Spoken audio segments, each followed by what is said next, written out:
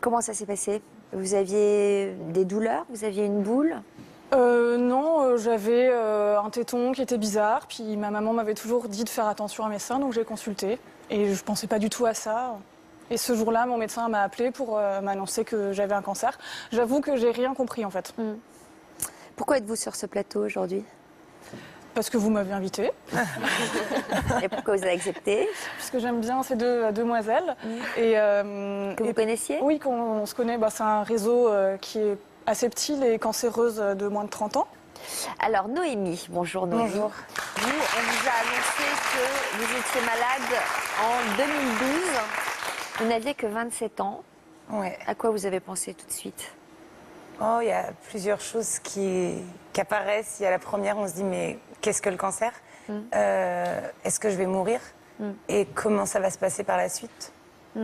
La relation avec les garçons, le travail et la peur de partir trop tôt. Alors tout ça, toutes ces questions qui arrivent en même temps, on va entrer bien sûr dans le détail de vos histoires, mais vous nous avez confié avoir vécu ça comme une chance. Pourquoi une chance? C'est quand même une épreuve. Je dis une chance maintenant parce que je suis venue à Paris pour faire du théâtre et qu'il s'avère qu'à l'heure d'aujourd'hui, à l'instant où je vous parle, j'en ai fait un spectacle.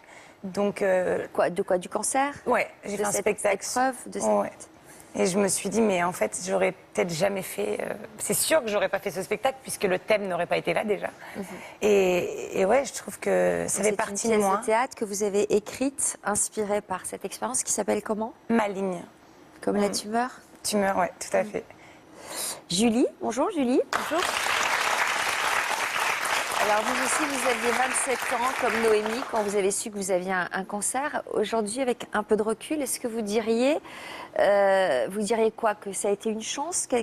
Quel effet la maladie a-t-elle eu sur vous? Au risque de choquer parfois, effectivement, pour moi aussi, la maladie n'a pas été qu'une mauvaise expérience.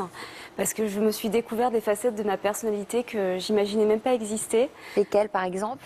Que j'étais capable de me montrer aux yeux de tout le monde, sans cheveux, sans cils et sans sourcils, pour donner la force aux autres femmes qui vivent cette maladie, de leur montrer qu'on peut rester quand même féminine, même si on n'a plus de cheveux, même si on n'a plus de cils, même si on n'a plus de cils. Et du coup, le matin, quand on se lève et qu'on se prépare, et qu'on redevient celle qu'on était, eh ben c'est fabuleux parce que c'est bon pour le moral et donc c'est bon pour aller vers les traitements.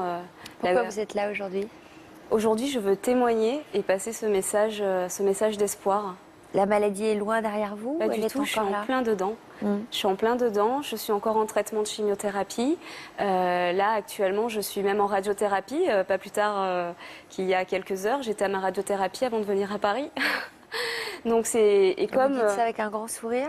Oui, parce que en fait, quand on est en chimiothérapie à l'hôpital, on regarde France 2, on regarde l'émission Toute une histoire, et il y a plein de femmes et plein d'hommes qui regardent cette émission. Et donc aujourd'hui, je veux leur montrer que voilà, j'ai pas de cheveux, j'ai pas de sourcils, les cils ils viennent tout juste de repousser, mais je suis comme eux parce que pendant le cancer, on se ressemble tous et voilà, je suis féminine.